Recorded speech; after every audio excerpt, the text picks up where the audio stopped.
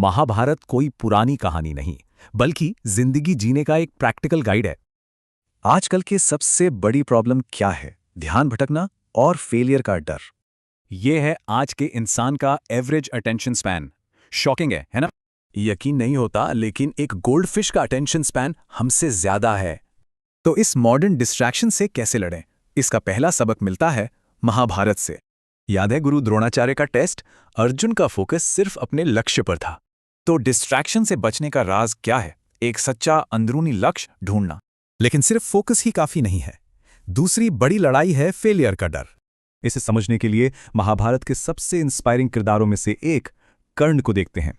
कर्ण की पूरी जिंदगी लगातार रिजेक्शन और फेलियर से भरी थी, लेकिन हर रिजेक्शन ने उसे एक नई दिशा दी।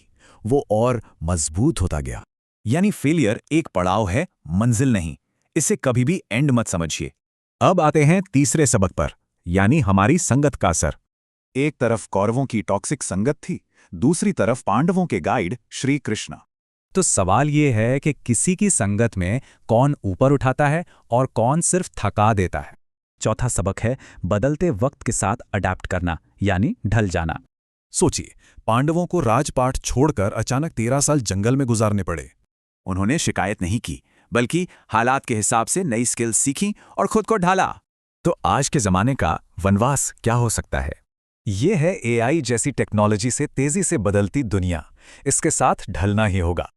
और आखिर में सबसे जरूरी सबक, जिंदगी की उलझनों के बीच अपना रास्ता कैसे खोजें। देखिए, महान योद्धा अर्जुन भी युद्ध के मैदान में खोया हुआ महसूस कर रहे थे। मतलब स्किल्स और हथियार होना ही काफी नहीं है, एक गाइड चाहिए जो धर्म याद दिलाए।